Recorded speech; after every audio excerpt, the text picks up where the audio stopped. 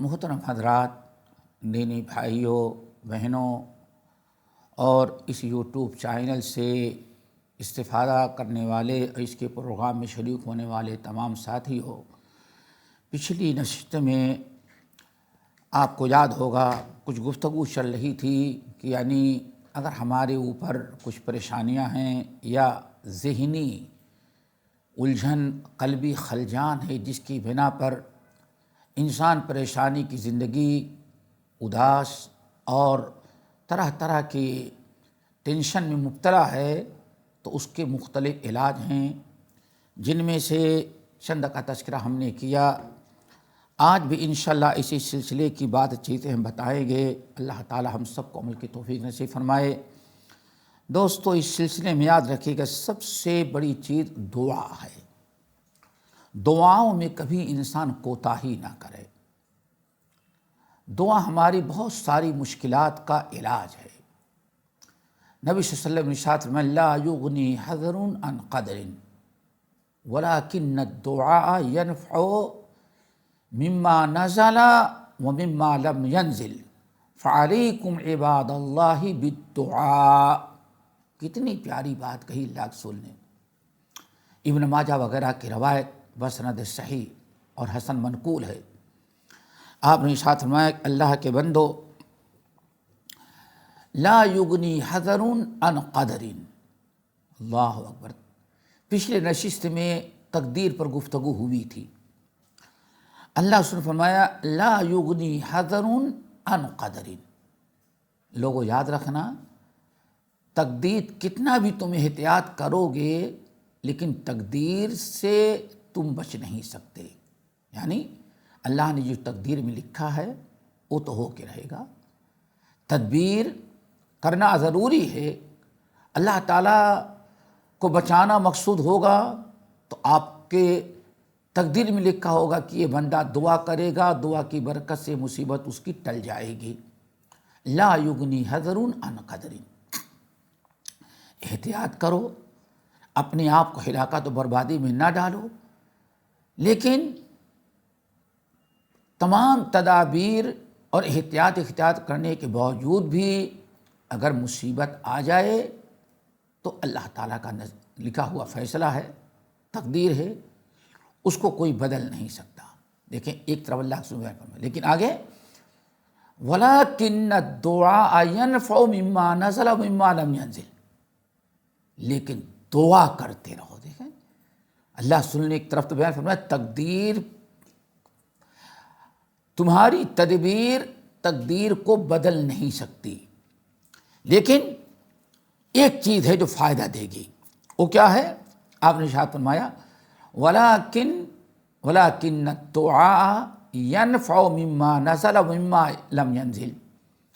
دعا برابر کرتے رہو، دعا تمہیں فائدہ دیتی ہے۔ جو بلائیں تم پر آ چکی ہیں ان میں بھی، جو مشکلات میں تمہارے اوپر آ گئیں ان میں بھی دعا سے فائدہ ہوتا ہے۔ وَمِمَّا لَمْ يَنزِلْ، اور جو مصیبتیں ابھی آئی نہیں ہیں، آنے والی ہیں، ان میں بھی تمہاری دعاؤں سے فائدہ ہوتا ہے۔ یعنی جو مصیبت آ گئی اس میں دعا کرو گے تو اللہ دعا کی برکت سے مصیبت ٹال دے گا، پریشانی ختم کر دے گا۔ اور جو مصیبتیں مزید آنے والی ہیں، اگر تم برابر دعا کرتے رہو گے تو اللہ تعالیٰ دعاؤں کی برکت سے ان آنے والی بلاؤں کو روک لے گا۔ اسی لیے آپ نے فرمایا فعلیکم عباد اللہ بالدعاء۔ اللہ کے بندو، اس لیے تم خوب کثرت سے دعا کیا کرو، کثرت سے دعا کیا کرو۔ دعا کرنے میں کوئی کوتاہی نہیں ہونی چاہیے۔ اب ایک دعا سے کے بتاتے ہیں آپ کو، جو پورا واقعہ عبداللہ ابن مسعود رضی اللہ تعالیٰ عنہ حدیث کے راوی ہیں، احمد، حاکم، ابن حبان وغیرہ کی حدیث ہے۔ کہتے ہیں کہ نبی علیہ السلام نے فرمایا، اور ان دعاؤں کو بھی یاد کرنے کی کوشش کریں تاکہ مصیبتیں اور پریشانیاں دور ہوں۔ اللہ کے رسول نے ارشاد فرمایا ما اصاب احدا ہم ولا غم، ما اصاب احدا ہم ولا غم۔ فقال اللہم انی عبدک ابن عبدک ابن امتک ناصیتی بیدک ماض فی حکمک عدل فی قضاؤک اللہم انی اسألک بکل اسم هو لک سمیت به نفسک او علمته احدا من خلقک او انزلته فی کتابک او استأثرت به فی نفسک فی علم الغیب عندک ان تجعل القرآن ربیع قلبنا ونور صدرنا وجلاء حزننا۔ اللہ اکبر، کتنی پیاری دعا۔ نبی صلی اللہ علیہ وسلم اس دعا کو دوستو یاد کرو۔ دیکھیں عبداللہ بن مسعود رضی اللہ تعالیٰ عنہ روایت کرتے ہیں کہ اللہ کے رسول نے ارشاد فرمایا ما اصاب احدا ہم ولا حزن، جب کسی بھی انسان کو اگر کوئی ہم اور حزن، یہ دو لفظ ہیں، ما اصاب احدا ہم ولا حزن، جب بھی کسی انسان پر ہم اور غم آ جائے، ہم اور حزن یہ دو لفظ ہیں۔ انسان کی زندگی جو ہے، انسان کو ہم اور غم، ٹینشن اور پریشانی، ڈپریشن میں جو مبتلا ہوتا ہے، اس کی دو وجہ، کبھی پچھلی چیزوں کو یاد کر کے جن چیزوں سے محروم ہو گیا ہے، جو اس پر گزر رہا ہے اس کو یاد کر کے پریشان ہوتا ہے، یا کسی چیز کا آئندہ خوف و ڈر ہوتا ہے، ہمارا کیا ہوگا۔ یہی دو اسباب ہوتے ہیں زیادہ۔ یا تو زندگی میں جو چیزیں گزر چکی ہیں یا گزر رہی ہیں ان کی وجہ سے انسان پریشان ہوتا ہے، یا مستقبل کے لیے سوچ سوچ کر کے پریشان ہوتا ہے۔ یہ دو بڑی وجہ ہے۔ نبی صلی اللہ علیہ وسلم نے دونوں کے بارے میں فرمایا ما اصاب احدا ہم ولا حزن، جب بھی کسی انسان کو ہم اور حزن کا تعلق پچھلے گزرے ہوئی زندگی، کسی انسان کو پچھلے یا مستقبل کے حالات، موجودہ حالات پر ہموم غموم، ذہنی الجھن، دماغی پریشانی، قلبی خلجان، طرح طرح کے ٹینشن، الجھن، پریشانیاں، ہموم اور غموم میں اگر انسان مبتلا ہو جائے اور وہ اللہ تعالیٰ سے یہ دعا پڑھے، ہم گزارش کریں، اپیل کرتے ہیں کہ اس دعا کو یاد کر لیں۔ دعا کیا ہے؟ اللہم انی عبدک ابن عبدک ابن امتک ناصیتی بیدک ماض فی حکمک عدل فی قضاؤک اسألک اللہم بکل اسم هو لک سمیت به نفسک او علمته احدا من خلقک او انزلته فی کتابک او استأثرت به فی علم الغیب عندک ان تجعل القرآن ربیع قلبی ونور صدری وجلاء حزنی وذہاب ہمی وغمی۔ یہ دعا ہے۔ آن فرمایا اے عبداللہ، جس انسان کو کوئی پریشانی لاحق ہو یا مستقبل میں کسی چیز کا اسے ڈر اور خطرہ اور خوف ہو، جس سے پریشان ہو، دونوں حالتوں میں، کسی حالتوں میں سے کسی بھی حالت میں اگر اس دعا کو پڑھ لے تو اللہ کے رسول فرماتے ہیں اگر اس نے اس دعا کو پڑھے الا اذهب اللہ ہمہ وغمہ وحزنہ، تو اللہ تعالیٰ اس دعا کی برکت سے اس کے تمام ہم اور غم، حزن ملال کو دور کر دیں گے، اور جو سوچ رہا ہے اس سے بدل کر کے اللہ اعلیٰ درجے کی نعمتوں سے اسے نواز دے گا۔ دیکھیں کتنی بڑی چیز ہے۔ اب ذرا دعا کا ترجمہ کریں، سمجھیں۔ آپ نے ارشاد فرمایا تم کیا دعا کرو؟ جب بھی تمہیں کوئی غم، ہم، حزن ملال، پریشانی، ماضی کا سوچ کر کے، موجودہ حال کو دیکھ کر کے، مستقبل کے حالات کو سوچ کر کے تم کو کوئی ٹینشن ہو جائے، کوئی پریشانی ہو جائے، کسی الجھن میں کے شکار ہو جاؤ، تو اس دعا کو خوب پڑھو۔ تم کیا پڑھو؟ اللہم انی عبدک، اللہم انی عبدک ابن عبدک ابن امتک۔ یہ بڑی اہم ہے۔ اتنی فضیلت کیوں ہے؟ اس کے اندر 4 بڑے اہم پوائنٹس ہیں، وہی اصل میں سمجھنا ہے، اور وہی ہم سمجھ لیں تو انشاءاللہ ساری مشکلات حل رہیں گی۔ اللہ سبحانہ نے فرمایا، دعا کیا پڑھے؟ اللہم انی عبدک ابن عبدک ابن امتک۔ اے اللہ، ہم تو تیرے بندے ہیں۔ اللہم انی عبدک، اللہ ہم تیرے بندے ہیں، تیرے بندے کے بیٹے ہیں، تیری بندی کے بیٹے ہیں۔ اللہ اکبر۔ بندہ، یہ 3 جملہ استعمال کر کے توحید کا اقرار کہ اللہ آپ ہی ہمارے سب کچھ مالک۔ اللہم انی عبدک، اللہ ہم آپ کے بندے ہیں۔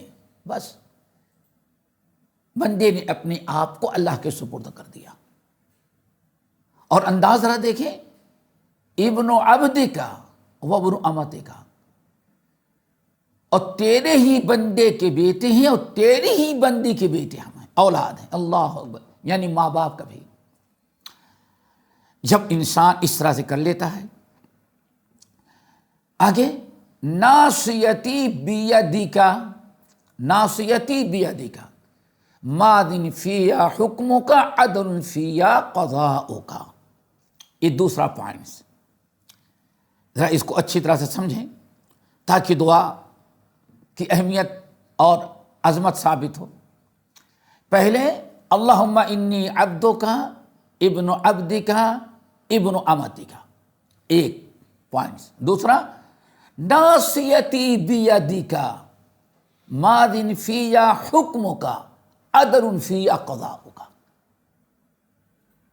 شرط یہی ہے کہ ہاں اس معیار پر ہم اتریں۔ حدیث کیا بتا رہی ہے؟ دوسرا پوائنٹ، ناصیتی بیدک، اللہ میری پیشانی تو تیرے قبضے میں ہے، سارا کنٹرول ہماری زندگی کے تیرے ہاتھوں میں ہے۔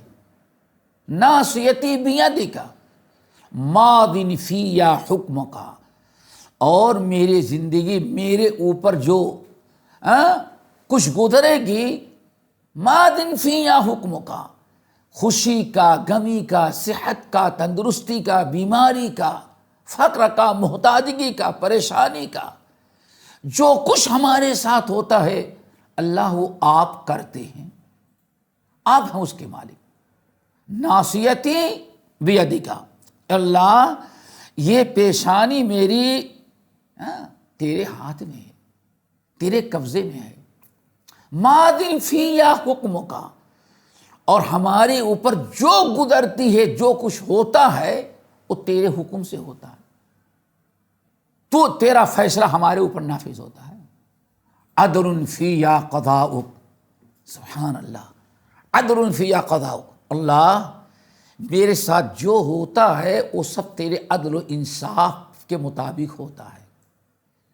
بندہ اللہ پر کوئی الزام نہیں لگاتا، رب تو آپ نے میرے ساتھ کیوں ایسا کیا، اللہ آپ نے کیوں نہیں، عدل فیہا قضاؤک، اللہ آپ نے جو کچھ ہمارے ساتھ کیا وہ عین عدل و انصاف ہے، آپ نے کوئی میرے ساتھ زیادتی نہیں کی، ناانصافی نہیں کی۔ ناصیتی بیدک ماضٍ فیہا حکمک عدل فیہا قضاؤک۔ اب یہ دوسرا پوائنٹ ہے۔ تیسرا پوائنٹ، اللہم انی اسألک، اللہم انی اسألک بکل اسم ہوا لک، اے اللہ ہم تو تجھی سے سوال کرتے ہیں، تجھ سے مانگتے ہیں، تیرے علاوہ کسی اور سے سوال نہیں کرتے۔ بکل اسم ہوا لک، تیرے اچھے اچھے ناموں کا وسیلہ بنا کر کے، وسیلہ پکڑتے ہیں اللہ تعالیٰ سے، یعنی کہ اللہ مجھ کو ہی دے، اللہم انی اسألک بکل اسم ہوا لک، اللہ وہ اچھے اچھے نام جس کو ہم لوگ کہتے ہیں اسماء حسنہ، اسماء حسنہ۔ اور یہ بھی بتا دیں، آج کل ایک کورس چل رہا ہے ہمارا اسماء حسنہ کی شرح پر، اس کو ضرور سنیں آپ لوگ، تاکہ اللہ تعالیٰ کے نام، ان کی عظمت کیا ہے، ان کا مقام و مرتبہ کیا ہے، ہم زبان سے کیا کہہ رہے ہیں، وہ آپ ذرا اس کو سمجھیں پہلے اور اس کے تقاضے کو پورا کریں۔ اللہ تعالیٰ کے ناموں کو وسیلہ بنانا، اللہ کے رسول حکم دیں، اللہم انی اسألک بکل اسم ہوا لک، اے اللہ ہم تجھ سے سوال کرتے ہیں بکل، تیرے اچھے اچھے ناموں کے ذریعے جو تو نے اپنا رکھا ہے، بکل اسم ہوا لک، یہ بات سبب کے لیے آتا ہے، استعانہ کے لیے آتا ہے۔ اللہ تیرے اچھے اچھے ناموں کو ہم وسیلہ اور ذریعہ بناتے ہیں تجھ سے سوال کرنے کے لیے۔ بکل اسم ہوا لک سمیت بہ نفسک، جو آپ نے اپنے سے رکھا ہے یا آپ نے کسی مخلوق کو سکھلایا ہے، یا بہت سارے اچھے اچھے نام تو نے اپنے لیے چھپا رکھا ہے، کسی کو آج تک بتایا ہی نہیں ہے۔ اس لیے کہا جو کہتے ہیں 99 نام اللہ کے ہیں، یہ 99 نام اسماء حسنہ ہیں، ان کے علاوہ پتہ نہیں کتنے اور اللہ کے نام ہیں، اللہ نے کسی کو بتایا ہی نہیں آج۔ او استأثرت به فی علم الغیب عندک، آپ نے اپنے علم غیب میں اپنے ان ناموں کو رکھا ہے، کسی مخلوق کو بتایا ہی نہیں۔ اللہ ہم تیرے تمام اسماء حسنہ کا وسیلہ بنا کر کے تجھ سے دعا کرتے ہیں۔ یہ تیسرا پوائنٹ۔ چوتھا میرے بھائیو بڑا اہم، ان تجعل القرآن ربیع قلبی، اللہ اکبر، ونور صدری وجلاء حزنی وذہاب ہمی وغمی۔ اب اتنے اللہ تعالیٰ 3 پوائنٹس پہلے یاد رکھیں، چوتھا ہے اب اللہ تعالیٰ سے بندہ دعا کر رہا ہے۔ کیا دعا کرتا ہے ذرا سنیں، ان تجعل القرآن ربیع قلبی، اللہ میرے دل کے بہار اپنے قرآن کو بنا دے، اللہ میرے دل کی خوشی، دل کا ذوق اور شوق، رغبت، پسند، اللہ اپنا قرآن بنا دے، میرا دل اسی چیز کو اچھا سمجھے جو قرآن میں ہے، میرا دل، میرا نفس، میری خواہش و طبیعت اسی کے رغبت کرے جو تیرے قرآن میں ہے، یعنی قرآن کی تلاوت، قرآن کا پڑھنا، قرآن کا سمجھنا، قرآن پر عمل، قرآن کی نشر و اشاعت۔ اللہ میرے دل میں قرآن کی عظمت اور اہمیت، اس کی محبت پیدا کر دے۔ ان تجعل القرآن ربیع قلبی، میرے دل کو، قرآن کو اللہ تعالیٰ میرے دل کا گارڈن اور باغیچہ بنا دے، خوشی، فرحت و مسرت کا ذریعہ بنا دے، اور وجلاء حزنی ونور صدری، اللہ میرے دل میں جو نور ہو وہ قرآن کا نور ہو، بنا دے۔ جلاء قلبی ونور صدری، اور میرے سینے کا نور، اللہ قرآن کو میرے سینے کا نور بنا دے۔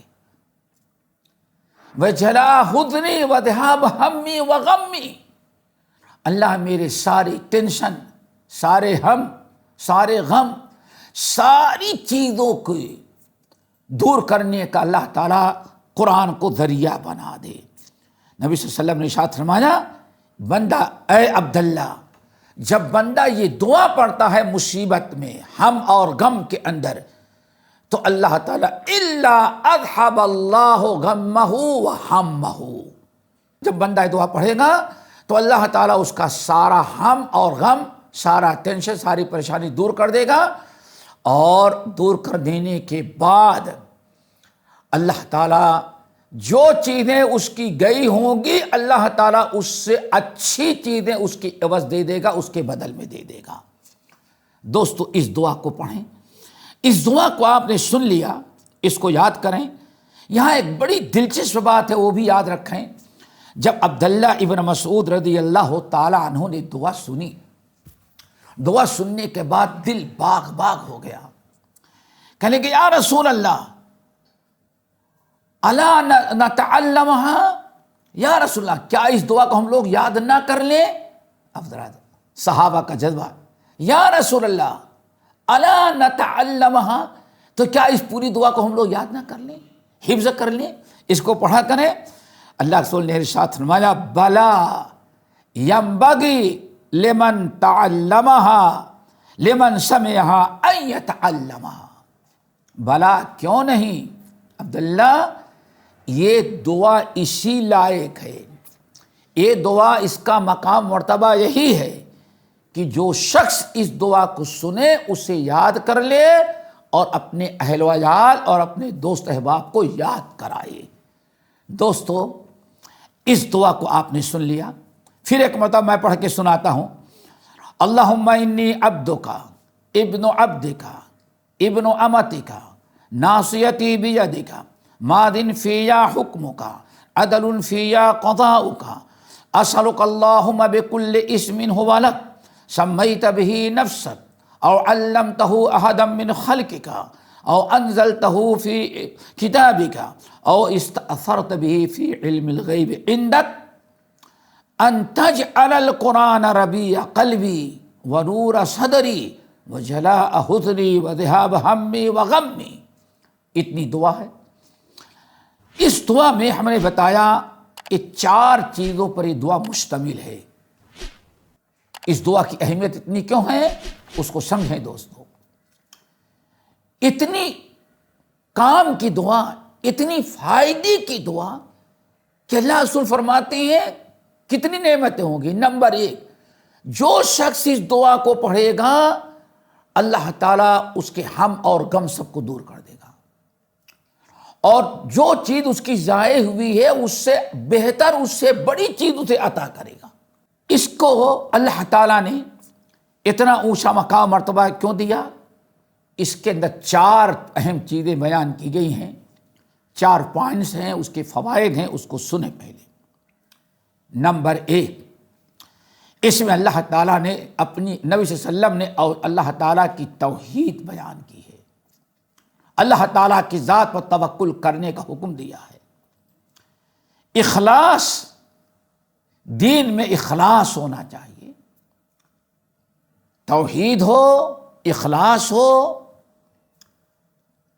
یہ پہلی چیز ہمیں اس دعا میں تعلیم دی۔ اللہم انی عبدک ابن عبدک وابن امتک، یہ ان جملوں میں اللہ نے توحید خالص، توحید باری تعالیٰ اور بندہ اخلاص، توحید میں اپنے ہر عمل میں اخلاص رکھے۔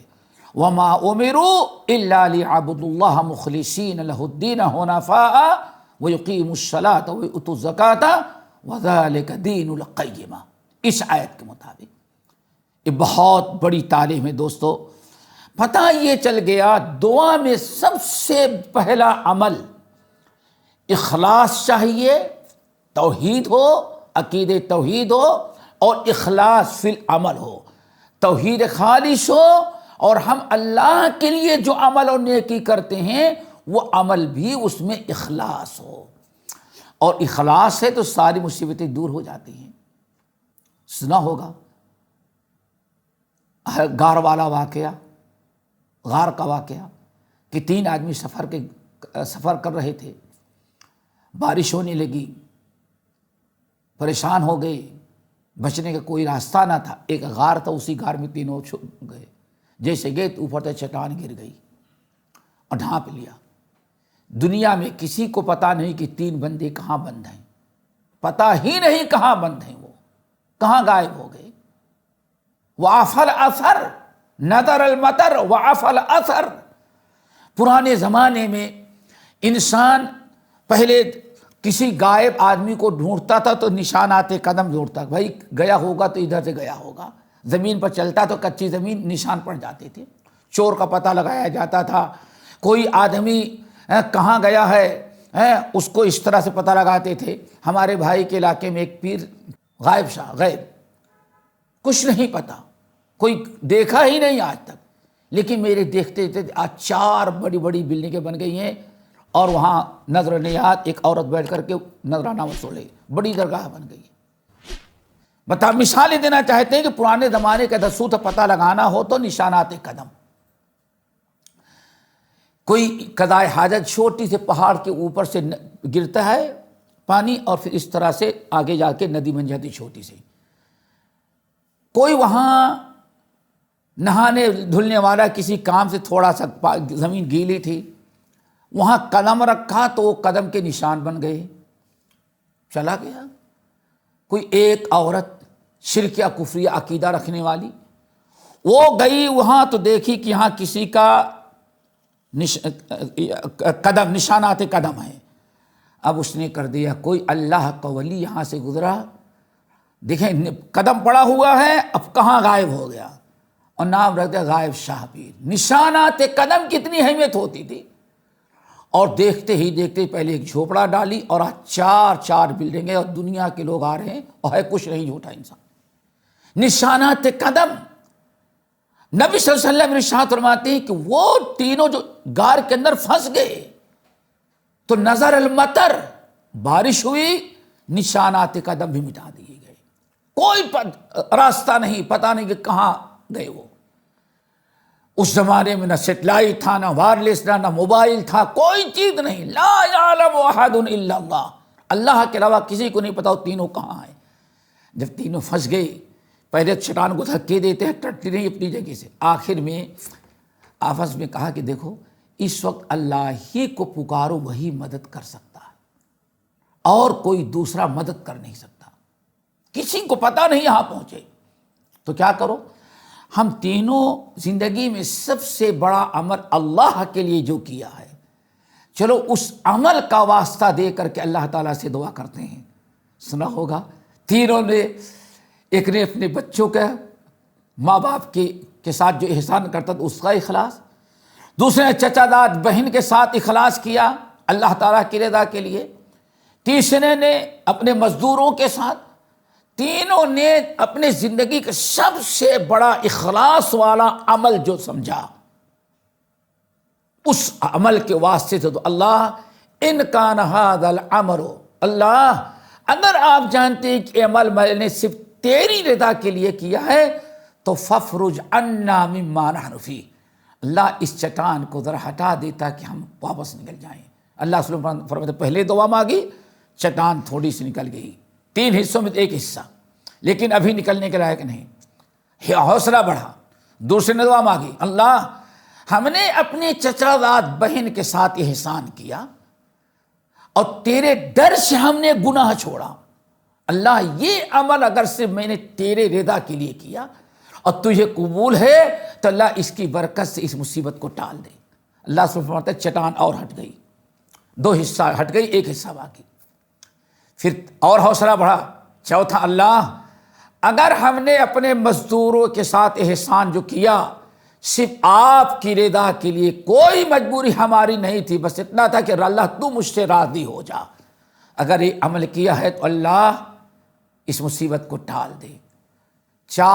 تینوں نے دعا مانگی، چٹان ہٹ گئی، اور تینوں صحیح سالم اپنے گھر واپس آ گئے۔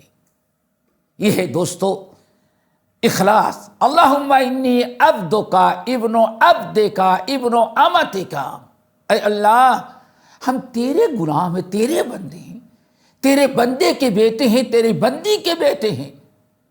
اخلاص، اپنے آپ کو اللہ کے سپرد کر دے رہا ہے۔ توحید بھی اخلاص، توحید میں اخلاص، اور ہر اچھے عمل میں اخلاص۔ پہلے دعا مانگیں، پہلا پوائنٹ یہ ہے، پہلا فائدہ کہ دعا مانگنے میں اخلاص ہو، اور جتنے نیک عمل ہم کرتے ہیں وہ اعمال بھی ہمارے اخلاص پر مبنی ہو۔ وما امروا الا ليعبدوا الله مخلصین لہ الدین، یہ تو پہلی چیز ہے، دعا مانگیں۔ آج سب سے بڑی چیز آدمی سوچتا ہے کہ ہم نے دعا کر لیا لیکن اللہ نے نہیں قبول کیا۔ آپ کے اندر اخلاص کتنا تھا دوستو، وہ ذرا سوچیں۔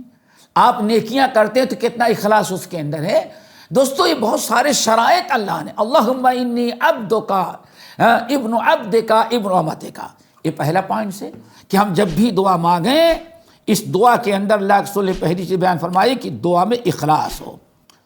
نمبر 2، ناصیتی بیدک ماض فی حکمک عدل فی قضاؤک۔ اللہ اکبر، اے اللہ تقدیر پر ایمان، قضا و قدر، بڑی جامع معنی دعا ہے، اگر اس کی شرح کی جائے تو شاید پوری ایک دفتر تیار ہو جائے۔ ماض ناصیتی بیدک ماض فی حکمک عدل فی قضاؤک۔ اے اللہ، یہ جو ہم نے دعا مانگی ہے، اللہ یہ میری پیشانی مراد کسی کو جھکا دینا، کسی کو تسلیم کر لینا ہے۔ اردو محاورہ پیشانی ٹیک دی، یعنی انسان اپنے آپ کو اللہ کے سپرد کر دے رہا ہے۔ اللہ بس کچھ نہیں، ہمارے تو نے جو لکھا، جو فیصلہ کیا بس وہی ہوگا، ہم تیرے فیصلے پر راضی۔ ناصیتی بیدک، رضا بقضا و قدر، اللہ نے قضا و قدر جو لکھی ہے اس پر انسان راضی ہو۔ ناصیتی بیدک ماض فی حکمک عدل فی قضاؤک۔ اسی لیے اللہ کے رسول صلی اللہ علیہ وسلم ارشاد فرماتے ہیں، اللہ تعالیٰ جب کسی بندے پر آزمائش کے طور پر کوئی آفت اور بلا ڈالا، فمن رضی فلہ الرضا، پھر جو شخص قضا و قدر سمجھ کر کے اللہ کے فیصلے پر راضی رہا، اللہ بھی اس سے راضی ہو گیا۔ ومن سخط، اور جو اللہ تعالیٰ کے فیصلے پر ناراض ہوا، غصہ ہوا، شکوہ شکایت کیا، تو اللہ تعالیٰ نے بھی اس کے نصیب میں اللہ تعالیٰ اس سے ناراض اور اللہ تعالیٰ بھی اس سے غصہ ہو گیا۔ تو دوستو، راضی بقضا و قدر ہونا چاہیے۔ جب انسان اللہ تعالیٰ کے فیصلے پر راضی ہو کہ اللہ سب کچھ اللہ تعالیٰ کا معاملہ ہے، اللہ نے جو ہمارے ساتھ کیا ہم اس پر خوش ہیں۔ اللہ پر عمر بن عبدالعزیز رحمۃ اللہ علیہ کا سب سے محبوب بیٹا انتقال کر گیا، لوگ آئے بھائی چلا بڑی خوشی ہے، جو مجھے سب سے زیادہ محبوب تھا اللہ نے اس کو اٹھا لیا، اس سے بڑی ہماری خوش نصیبی اور کیا ہو سکتی۔ اللہ اکبر، لن تنالوا البر حتى تنفقوا مما تحبون۔ تو دوستو، ہمیشہ اللہ تعالیٰ کے لکھے ہوئے تقدیر، جس کو قضا و قدر کہتے ہیں، اس پر انسان ایمان رکھے۔ اور اس کا تذکرہ کہاں ہے؟ اس دوسرے پوائنٹس کا اللہ کے رسول صلی اللہ علیہ وسلم کی اس حدیث میں جو آیا کہ ماض فی حکمک عدل فی قضاؤک اسألک اللہم بکل اسم هو لک سمیت بہ نفسک۔ نمبر 3، تیسرا پوائنٹ سے دوستو، اس دعا میں اندر جو اللہ نے چوتھی چیز اللہ کے رسول صلی اللہ علیہ وسلم نے تیسری چیز ہمیں بتائی، وہ یہ کہ ہمیشہ دعا کرنے میں اسماء حسنہ کو وسیلہ بنانا چاہیے۔ اللہم انی اسألک بکل اسم هو لک سمیت بہ نفسک او علمتہ احدا من خلقک او انزلتہ فی کتابک او استأثرت بہ فی علم الغیب عندک۔ دعا مانگنے کے پہلے سب سے بڑا وسیلہ دوستو یہ ہے کہ اللہ تعالیٰ کے اسماء حسنہ کا وسیلہ بنایا جائے۔ اور آج ہم سب سے پہلے مردوں کو زندوں کو بناتے ہیں، مرے ہوئے لوگوں کو وسیلہ، اللہ فلاں کے توفیل میں، اللہ تو فلاں کے صدقے میں، فلاں کے صدقے میں، اور کہتے ہیں بلا وسیلے کے دعا قبول نہیں ہوتی۔ اور سب سے بڑا وسیلہ ہم چھوڑ دیتے، وہ کیا ہے؟ سب سے بڑا وسیلہ انسان ایمان، عمل صالح ہے، اور عمل صالح میں اسماء حسنہ۔ اللہم انی اسألک بکل اسم هو لک۔ اللہ، ہم وسیلہ پکڑتے ہیں، وسیلہ بناتے ہیں تیرے اچھے ناموں کو، جو کتاب میں ہے، جو کسی نبی کو سکھلایا، اور وہ ایسے اچھے نام جو تو جانتا ہے ہم نہیں جانتے۔ اللہ تعالیٰ ہمیں اچھے ناموں کے وسیلے میں ہماری پریشانی کو دور کر دے۔ اللہ اکبر۔ دوستو ذرا بتائیے کتنا بہترین وسیلہ، لیکن آج لوگوں نے اس وسیلے کو چھوڑ دیا اور کہتے دعا ہی قبول۔ انسان تعویذ باندھ لے گا، دھاگے پہن لے گا، آیت کریمہ کا 1 لاکھ 1.25 لاکھ مرتبہ ختم کرے گا، سب کچھ کرے گا، لیکن وسیلہ اللہ تعالیٰ کے ناموں کو وسیلہ بنا کر کے دعا نہیں مانگنا چاہتا۔ اللہم انی اسألک بکل اسم ہوا لک۔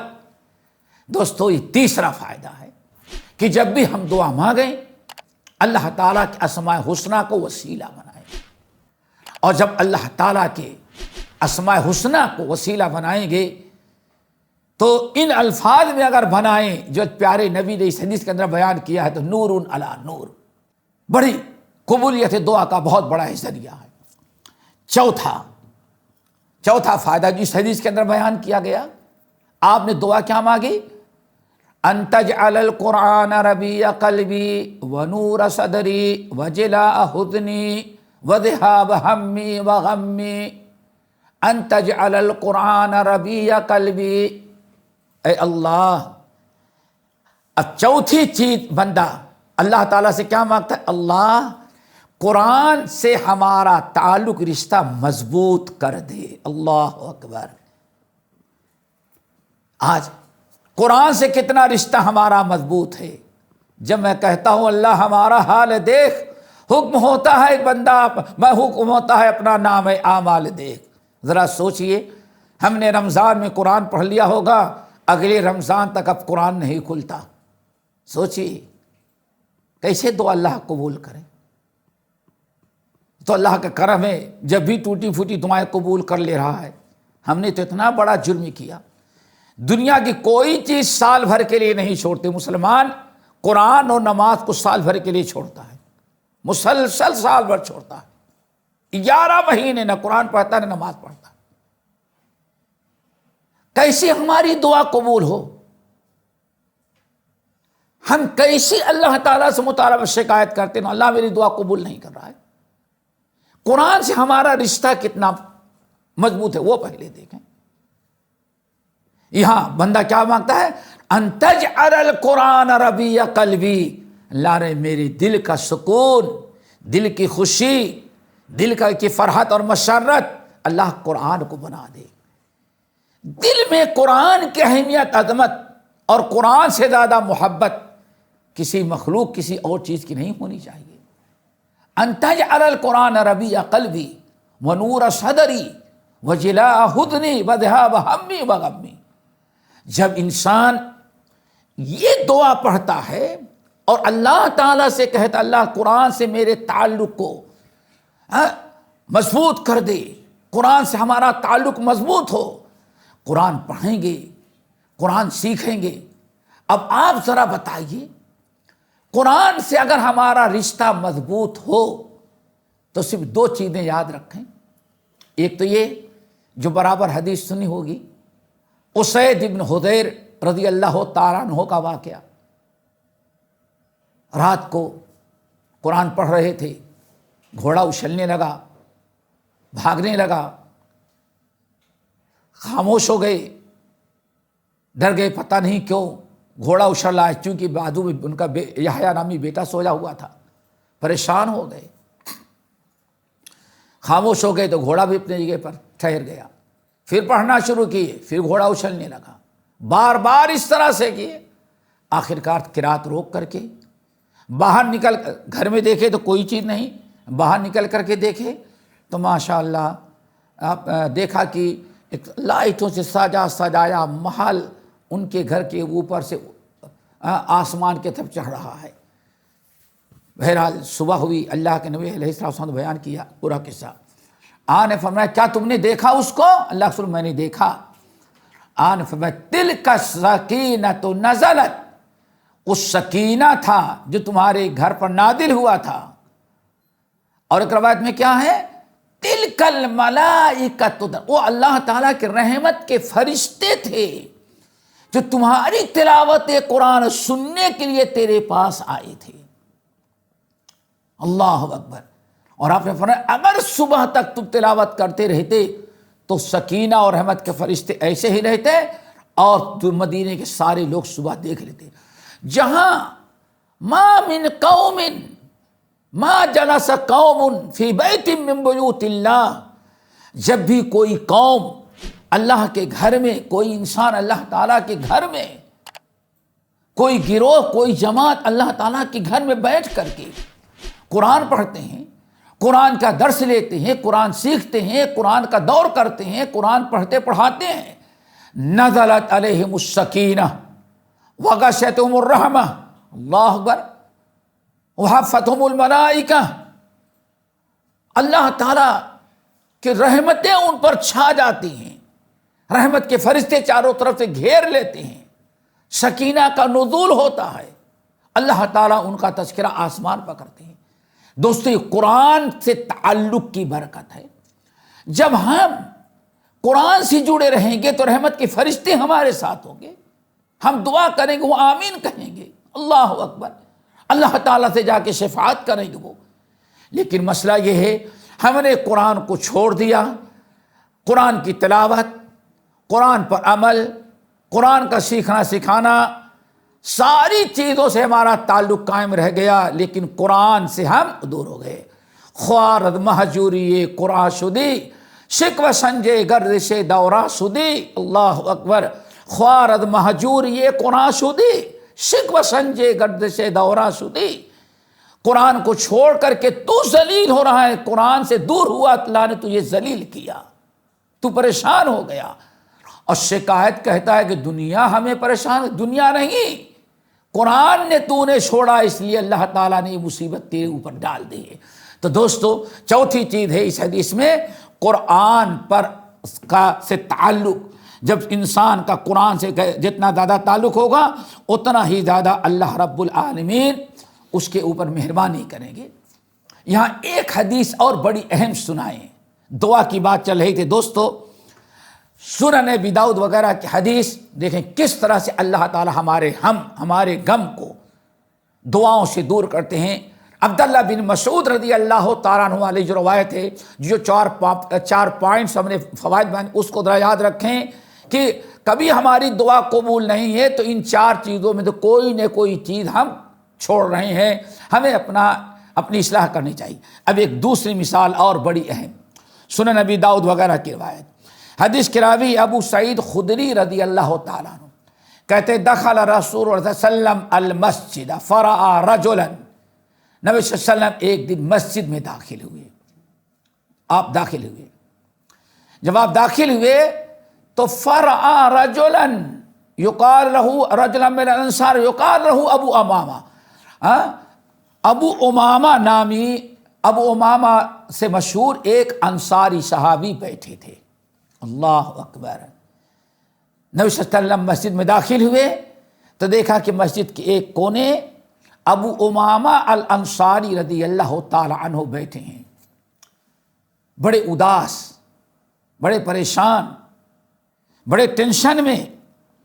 ان کی حالت کو دیکھ کر کے نبی صلی اللہ علیہ وسلم نے ارشاد فرمایا، یا ابا امامہ ما لی اراک جالسا فی المسجد فی غیر وقت الصلاۃ، ابو امامہ کیا بات ہے، نماز کا وقت نہیں ہے، نماز کا وقت تو نہیں ہے، نماز کے وقت کے علاوہ مسجد میں اتنا پہلے سے آ کر کے تو بیٹھا ہے اداس پریشان، کیا بات ہے، گھر میں بیٹھنے کی جگہ نہیں، ابھی اذان بھی نہیں ہوئی، نماز کا وقت نہیں ہوا، لیکن تو اکیلے اداس، غمزدہ، پریشان، الجھا ہوا مسجد میں اکیلا کیوں بیٹھا ہوا ہے؟ حضرت ابو امامہ رضی اللہ تعالیٰ نے کتنی پیاری بات کہی، کہنے لگے یا رسول اللہ، یا رسول اللہ، ہموم لزمتنی دیون، اللہ اکبر، یا رسول اللہ مجھے چار ہموم، ہم کی جمع ہوم، یا رسول اللہ چاروں طرف سے غم اور ہم نے، پریشانیوں نے چاروں طرف سے ہم کو گھیر لیا ہے، وَدُیُونٌ، اور میں بہت زیادہ مقروض ہو چکا ہوں میں، اللہ اکبر۔ دوستو ذرا سنو، پریشانی کیسے حل ہوتی ہے؟ یا رسول اللہ ہموم لزمتنی دیون، یا رسول اللہ ہموم، چاروں طرف سے غم کے، حزن کے، ملال کے، پریشانی کے پہاڑ گر پڑے ہمارے اوپر. چاروں طرف سے مصیبتوں پریشانیوں میں گھرا ہوا ہوں. ہموم، ہم کی جمع ہموم. لرزمتنی دیون، بہت میں مقروض ہو گیا ہوں، قرض دار ہو گیا ہوں. نہ قرضہ ادا ہو رہا ہے، نہ کوئی پریشانی دور ہو رہی ہے.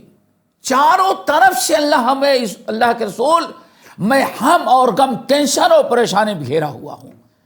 اللہ کے نبی صلی اللہ علیہ وسلم نے فرمایا اچھا اتنی پریشانی میں تم گھرے ہوئے ہو؟ اب ذرا سنیں،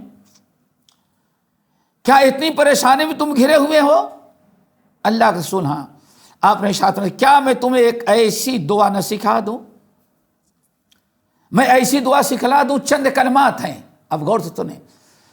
الا اعلمک کلاما اذا قلته اذا اصبحت وامسیت اذهب الله عنك غمك وقضى عنك دینک او کما قال. آپ نے فرمایا اچھا بتا، اتنے آسمان کے بادلوں کی طرح تمہارے اوپر غم ٹوٹ پڑا ہوا ہے، بارش کے موسم میں بادلوں کے برابر تمہارے اوپر ہم اور حزن و منال کے پہاڑ آ چکے ہیں، قرضہ سر کے اوپر چڑھ گیا ہے، یہی پریشانی ہے. اللہ رسول ہاں. الا اعلمک کلاما، کیا میں تجھے ایک دعا سکھلا دوں؟ اگر صبح اور شام اس دعا کو پڑھ لو تو اذهب اللہ ہمک، اللہ تعالیٰ اس دعا کی برکت سے تمہارے سارے ہم، سارے غم، سارا حزن، سارا ملال، ساری پریشانیاں دور کر دے گا. وقضى عنك دینک، اور تیرے سارے قرضہ ادا ہو جائے گا، دونوں مشکلات حل ہو جائے گی. کیا ایسے کلمے سکھائیں؟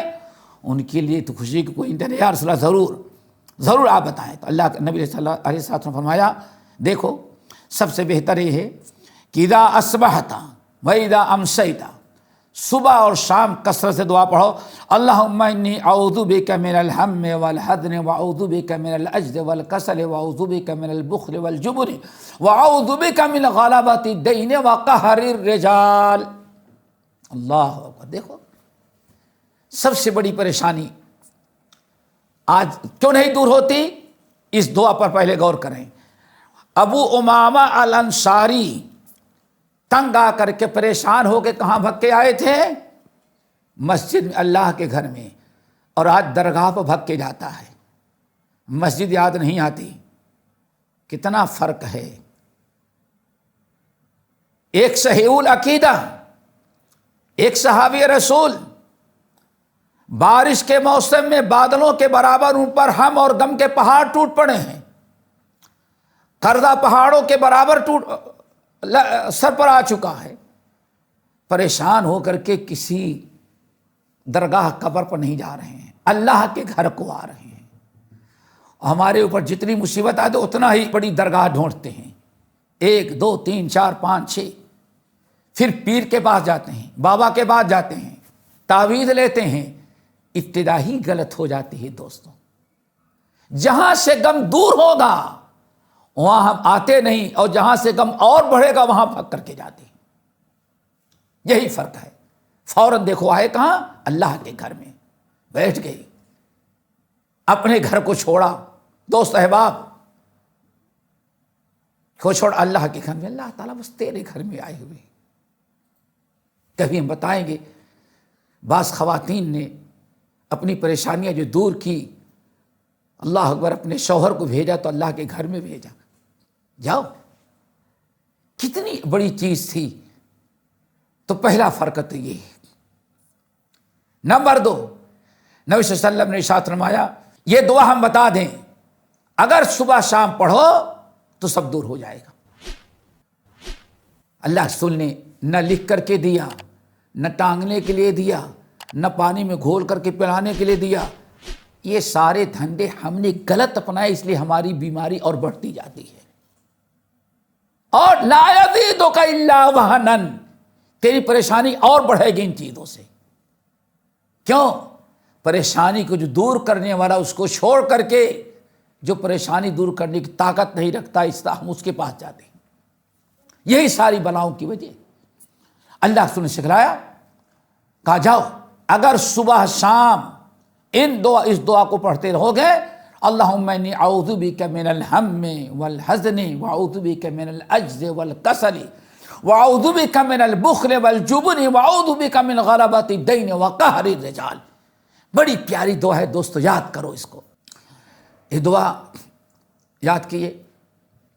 کہتے ہیں میں گیا صبح شام پڑھنا شروع کیا، پھر اس دعا کی برکت سے جو نبی صلی اللہ علیہ وسلم نے وعدہ فرمایا تھا، ہماری ساری مشکلات دور ہو گئیں.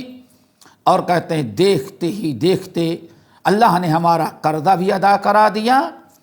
کہتے ہیں فعلت ذلك فذهب الله همي وغمي وقضى عني ديني.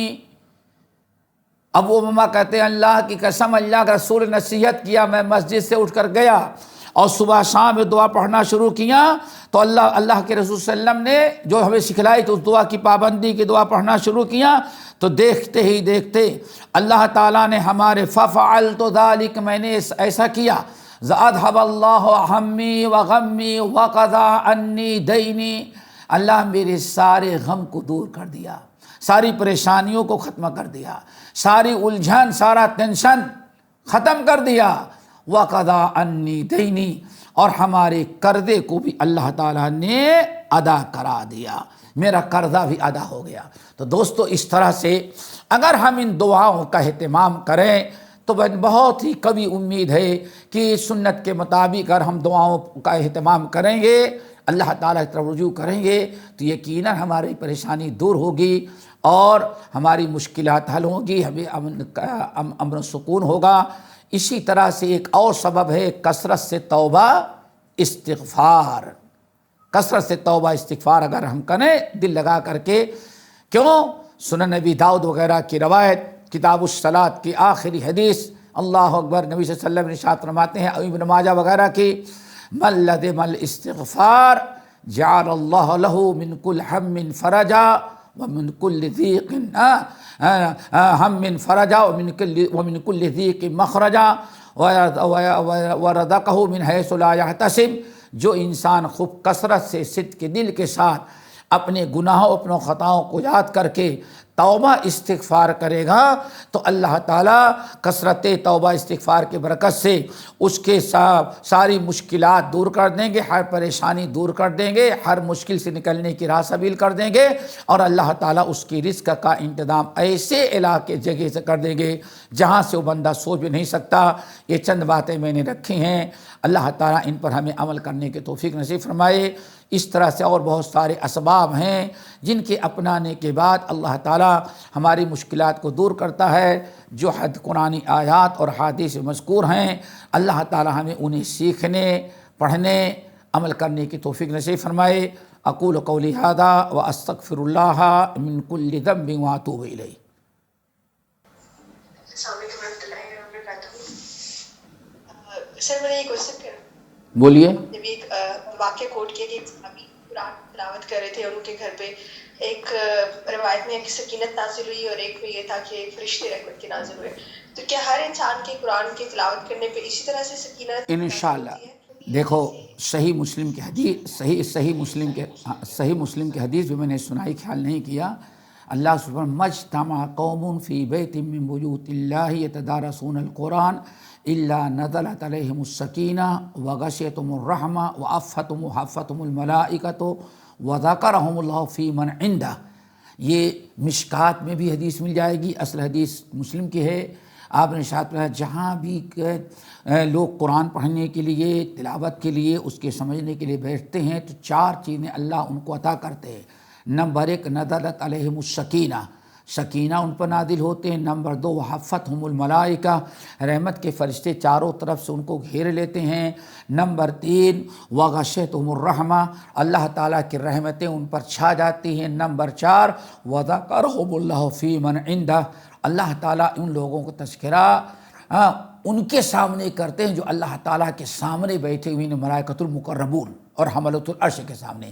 تو ہر ان تلاوت قرآن کرنے والا انسان ان فضیلتوں سے ضرور مالا مال ہوگا، بشرطیک اخلاص کے ساتھ اللہ تعالیٰ کی کتاب کی تلاوت کے لیے بیٹھے یا درس کے لیے، درس دینے کے لیے، سمجھنے سمجھانے کے لیے بیٹھے، ہر ایک کو یہ فضیلت حاصل ہوتی ہے. جی. And second question was that کہ جس طرح سے ابھی آپ نے ہم اور غم کے لیے دعا بتائی اینڈ قرض اور فکر کے لیے بھی دعا بتائی، از دیر اینی سچ دعا کہ جس کی وجہ سے ہمیں اتنی اسٹرینتھ آئے مینٹلی بھی اینڈ اسپریچولی بھی، کہ جس کی وجہ سے جو لوگوں کے روٹ ہمارے ساتھ رویہ ہوتا ہے یا تلخ رویہ ہوتا ہے، رف اینڈ روٹ ٹاک جو ہوتی ہے، اس کو ہم بیئر کر سکیں، وہ ہمیں اپسیٹ نہ کرے، because rough and rude talk کی وجہ سے یا کسی کا ہمارے ساتھ تلخ رویہ ہمیں مینٹلی بہت زیادہ اپسیٹ کرتا ہے. الحمدللہ ایسے اللہ رسول نے ارشاد فرمایا اگر ایسے لوگوں سے تمہیں تکلیف پہنچتی ہے تو صبر کرو. اللہم انا نجعلک فی نحورہم ونعوذ بک من شرورہم. پڑھو اللہ ان کے شر اور ان کی شیطانیت سے اللہ تعالیٰ مجھے بچا لے. اللہم انا نجعلک فی نحورہم ونعوذ بک من شرورہم. جی پڑھیں انشاءاللہ وہ بھی دور ہوگا. السلام علیکم و رحمۃ اللہ وبرکاتہ. شیخ صاحب میرا یہ کوشچن ہے کہ ہم کسی کے پاس مطلب تعویذات وغیرہ کے لیے اس طرح تو جانا تو مطلب عقیدے کی خرابی ہے نا، اسے شرک ہی کہا جا سکتا ہے. تو لیکن بچوں کے نظر کے دم دور کے لیے دم رقیہ جسے کہتے ہیں، اس کے لیے ہم کسی کے پاس جا سکتے ہیں، اس کا تو کوئی حرج نہیں. اس میں کوئی حرج نہیں. آپ اپنے سے پڑھ کے دم کریں اور سمجھتی ہیں کہ ہاں آپ کے والد صاحب ہیں یا آپ کے چچا ہیں یا پاس پڑھو کوئی نیک صالح انسان ہے اس سے کرا لیں تو کوئی حرج نہیں. ہاں خیر الناس من ینفع الناس. جی نہیں، غیر محرم کے پاس نہ جائیں، اور اگر جاتے ہیں تو کسی محرم کے ساتھ جا کر کے بچے کو اس کے ذریعے دم کروائیں، کوئی حرج نہیں انشاءاللہ. بارک اللہ حافظ. ایک اور کوشچن ہے کہ کبھی ایسا ہوتا ہے کہ ایک ہی روٹین سے ہم فیڈ اپ ہونے لگتے ہیں اور ایسی حالت میں پھر ہمارا کوئی بھی کام کرنے میں دل نہیں لگتا، تو کیا یہ بھی ڈپریشن کی ایک علامت ہے؟ کیا یہ بھی چیزیں ڈپریشن میں آئیں گی؟ بس اسی کی ابتدا ہے. جب ایسی چیزیں آئیں تو خوب کثرت سے تینوں کل آپ پڑھنا شروع کریں، تینوں کل آیت الکرسی اور اعوذ باللہ من الشیطان الرجیم. یہ ابتدا ہوتی ہے، انشاءاللہ اگر پڑھیں گی تو کوئی اثر نہیں ہوگا انشاءاللہ.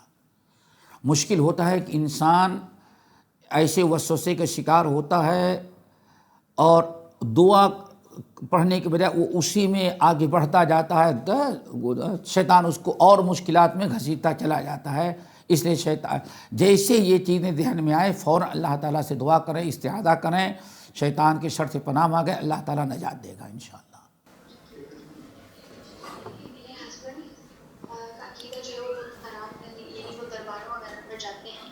تو اب اپنے بیٹے کے بارے میں پریشان ہے کہ وہ بھی ان کو بڑا ہو کر فالو کرے گا، تو اب ان کو کیا کرنا چاہیے؟ بس انہیں چاہیے کہ اصلاح کی کوشش کریں، کسی عالم دین کے پاس بیٹھا کر کے، صحیح العقیدہ انسان کے پاس بیٹھا کر کے شوہر کو سمجھانے کی کوشش کریں.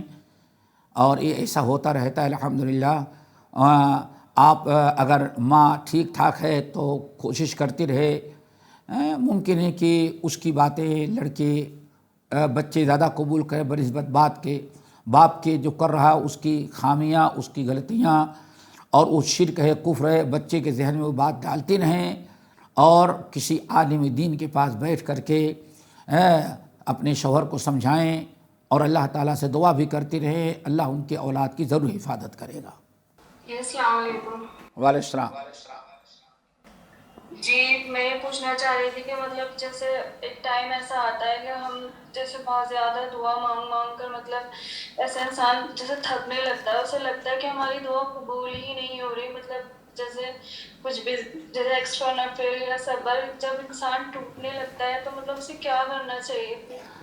سب سے بڑی چیز ہے کہ میری بہن کبھی یہ نہیں سوچیں کہ ہماری دعا قبول نہیں ہوتی. آپ دیکھیں، آپ دعا کرتی رہیں، مانگتی رہیں، ہو سکتا ہے آپ کا یہ دعا مانگنا اللہ تعالیٰ کو بہت اچھا لگ رہا ہے، اس لیے اللہ تعالیٰ دعا قبول کرنے میں تاخیر کر رہا ہے. اگر آج دعا قبول کر لے گا تو کل سے آپ اللہ تعالیٰ کے سامنے رونا دھونا چھوڑ دیں گی، اللہ تعالیٰ کو بھول جائیں گی. ایک وجہ تو ہوتی ہے. نمبر 2، نبی صلی اللہ علیہ وسلم ارشاد فرماتے ہیں قبولیت دعا کے 3 طریقے ہیں. آپ کو پتہ نہیں. پہلی تو یہ ہے کہ آپ جو چیزیں مانگ رہے ہیں اللہ وہی دے دے. ہم لوگ سمجھتے ہیں ہماری دعا قبول ہو گئی، اور دوسرا طریقہ یہ ہے کہ آپ دعا مانگتے ہیں، اللہ تعالیٰ سے جو مانگ رہے ہیں وہ نہیں دیتا، لیکن اس سے کوئی بڑی چیز آپ کو دے دیتا ہے، یا کوئی بڑی بلا و مصیبت آنے والی تھی، آپ کی دعا کی برکت سے اس بلا کو چھوڑ دیا، بڑی سے آنے والی مصیبت کو اللہ نے ٹال دیا، ورنہ آپ بہت بڑی پریشانی میں مبتلا ہو جاتی ہیں۔ اللہ نے دعا تو قبول کر لیا، لیکن آپ کے نہیں سمجھ میں آیا، تو یہ سمجھ گئے کہ دعا رائے گاہ نہیں جاتی۔ آپ جو چیز مانگ رہے ہیں اگر وہ نہیں مل رہی تو سمجھے کہ اللہ تعالیٰ اس سے کوئی بڑی چیز، بڑی آفت، بڑی بلا آنے والے اس کو ٹال دے رہا ہے۔ تیسرا طریقہ یہ ہے کہ اللہ تعالیٰ کبھی بندہ دعا مانگتا ہے تو اس کی دعا کو قبول کر کے رکھ لیتے ہیں اور دنیا میں اس کو نہیں دیتے، لیکن قیامت کے دن اللہ تعالیٰ اس کی دعاؤں کا ثواب اتنا زیادہ دیں گے، جو سب سے مشکل وقت ہے، دنیا کی چند روزہ زندگی مصیبت کے ساتھ گزر جائے گی، لیکن آخرت کی زندگی بن جائے گی۔ آپ کی جو دعائیں مانگی ہیں دنیا میں نہیں دیا ہے، قیامت کے دن اس کا اجر و ثواب دے گا، تو آپ کہیں گے اللہ تعالیٰ فلاں دعا میں اگر آخرت میں اتنا بڑا ثواب تھا دعاؤں کا، تو میری فلاں دعا تو نے کیوں قبول کر لی تھی، اس کی نوبت نہ آئے۔ اس لیے کبھی یہ نہ کہیں کہ اللہ نے دعا قبول نہیں کی، آپ تھکے نہیں، دعا مانگنے سے آدمی تھکتا نہیں میری بہن، دعا مانگنے سے دعا کرتی رہیں اور سوچتی رہیں کہ اللہ تعالیٰ کبھی تو قبول کرے گا، نہیں قبول کرے گا تو آخرت میں تو اللہ تعالیٰ اجر و ثواب دے رہا ہے۔ یہ آپ سوچیں، دعا ایک عبادت ہے، عبادت کرنے میں آدمی تھکتا نہیں، آدمی یہ سوچ لیتا ہے کہ اب میں دعا نہیں مانگوں گی۔ اگر انسان نے اللہ تعالیٰ کے متعلق یہ تصور کیا کہ میں نے دعا مانگی، اللہ نے قبول نہیں کیا اس لیے میں نے چھوڑ دیا دعا کرنا، تب واقعی اللہ تعالیٰ ناراض ہو جاتے ہیں۔ آپ یہ نہ کہیں کہ میں تھک جاتی ہوں، دعا کرتی رہیں، اس دعا کا کیا کیا فائدہ ہو رہا ہے آپ کو پتہ نہیں، اللہ تعالیٰ بہتر جانتا ہے۔ اور دوسری بات یہ ہے کہ مطلب ہم کسی سے کہہ سکتے ہیں کہ مطلب ہمارے لیے دعا کر دیجیے، یہ ٹھیک ہے؟ کوئی حرج نہیں، کوئی حرج نہیں، یہاں سارے لوگ بیٹھے ہیں، سب آپ کے حق میں دعا کریں گے، کوئی بات نہیں، آپ بے فکر رہیں۔ آپ کسی انسان سے کہہ سکتے ہیں بھائی میرے حق میں دعا کریں، کسی اپنے ماں سے، ماں باپ سے زیادہ دعا کسی اولاد کے حق میں کسی کی نہیں قبول ہوتی۔ آپ ماں اپنے باپ کو کہیں، دادا دادی ہوں، نانا نانی ہوں، ان بزرگوں سے جو دعا اخلاص کے ساتھ ہوگی کسی اور سے اتنی دعا نہیں ہو سکتی، تو انسان اپنے حق میں کسی اور سے دعا کروا سکتا ہے، کوئی حرج نہیں انشاءاللہ۔ السلام علیکم ورحمۃ اللہ وبرکاتہ۔ وعلیکم السلام۔ صاحب ابھی میں مطلب پوائنٹ ایک ڈسکس کرنے لگی ہوں کہ موسٹلی میں نے اپنی پریکٹیکل لائف میں بھی ہے، جتنی کلاسز لیتی ہوں سسٹرز میں، سب میرا پرسنل ایکسپیرینس ہے کہ موسٹلی لوگ کمپلین کرتے ہیں کہ ان کی یا تو دعائیں قبول نہیں ہوتی یا بہت زیادہ دعائیں مانگتی ہیں، but what happens with me کہ ہمیشہ سے ایسا ہوا ہے، ایک دفعہ نہیں ہمیشہ ایسا ہوا ہے کہ کوئی بھی چیز اگر ہوتی ہے تو میرے دل میں صرف اس کی خواہشیں تمنا جاگتی ہے، اور وہ اتنی مطلب وہ ہوتی اتنی تڑپ، میں یہ بھی نہیں کہہ سکتی کہ تڑپ کی اور شدت سے، بس یہ ہوتی ہے کہ اس کی تمنا دل میں جاگتی ہے، اور وہ چیز خود وہ چاہے اگر وہ امپاسبلٹیز میں سے بھی ہوتی ہے نا، ناممکنات میں سے بھی ہوتی ہے، تو اللہ تعالیٰ وہ چیز خود بہت وسیلے اور اس بات بنا کے within some time within days and some time within hours وہ چیز مجھ تک پہنچ جاتی ہے، وہ میری وش پوری ہو جاتی ہے۔ تو کیا خدا نخواستہ ایسا تو نہیں ہے کہ اللہ تعالیٰ نے قیامت دن میرے لیے کوئی حصہ نہیں چھوڑا ہوگا، یا پھر شاید کچھ تھوڑے بہت اگر نیک اعمال ہے تو اس کا اجر اللہ تعالیٰ اللہ تعالیٰ سے اچھی امید رکھیں کہ اللہ جیسے دنیا میں دیا ہے اللہ تعالیٰ اسے آخرت میں بھی دے گا۔ ربنا آتنا فی الدنیا حسنہ وفی الآخرۃ حسنہ وقنا عذاب النار۔ تو آپ خوش نصیبی ہے جو انسان مانگتا ہے، بس اتنا ہے کہ اگر کوئی برا انسان، اللہ تعالیٰ کا نافرمان انسان، بے دین انسان جو مانگتا ہے، اگر اس کو اللہ تعالیٰ دے رہا ہے تو اللہ رسول فرمائے یہ اس کے لیے چھوٹ ہے، اس کو اللہ تعالیٰ ڈھیل دے رہا ہے۔ لیکن دیندار شریعت کا پابند انسان اگر اللہ تعالیٰ سے مانگتا ہے، اسے دیتا ہے، تو بڑی اس پر اللہ تعالیٰ کا شکر ادا کرنا چاہیے، اور یہ امید رکھنی چاہیے جب اللہ نے دنیا میں دیا ہے تو آخرت میں بھی اللہ تعالیٰ اس سے اچھا بدلہ ہم کو دے گا۔ اللہ تعالیٰ کے ہاں اجر و ثواب کی کوئی کمی نہیں۔ جی مجھے ایک بات اور پوچھنی تھی۔ جی ہاں بولیے۔ جی میں یہ پوچھ رہی تھی کہ مطلب ہم کسی کے وسیلے وغیرہ سے دعا کر سکتے ہیں کہ جیسے ہم یہ یوٹیوب پر وظائف وغیرہ آتے ہیں کہ مطلب جیسے حضور صلی اللہ علیہ وسلم کے یا کسی کے مطلب وسیلے سے دعا کر سکتے ہیں؟ میری بہن، یہ کسی انسان کے وسیلے سے دعا کرنا قطعاً ثابت نہیں ہے۔ آپ کسی اچھے انسان سے دعا کروا سکتے ہیں، لیکن اللہ فلاں بزرگ کے صدقے میں ہماری دعا قبول کر لے، یہ ایسا الفاظ یا اس قسم کی دعا نہ صحابہ نے کبھی مانگی ہے، نہ اللہ کے رسول نے ہمیں تعلیم دی ہے۔ ابھی آپ نے سنا ہے کہ سب سے بڑا وسیلہ اللہ کے رسول نے، اللہ تعالیٰ نے اپنے اسماء حسنہ کو قرار دیا ہے، سمجھ گئے نا؟ درود شریف پڑھیں، اللہ تعالیٰ کی حمد و ثنا کریں، یہ اصل میں سب سے بڑا وسیلہ ہے، اور انشاءاللہ اللہ تعالیٰ ضرور دعا قبول کرے گا۔ اور یہ مسئلہ یوٹیوب پر یا سب آتا جاتا رہتا ہے، تو میں سمجھتا ہوں اگر آپ کے کوئی ٹیچر ہوں گی صحیح العقیدہ، ان سے اگر پوچھیں گی تو آپ کو اچھی طرح سے بیٹھا کے سمجھا سکیں گی۔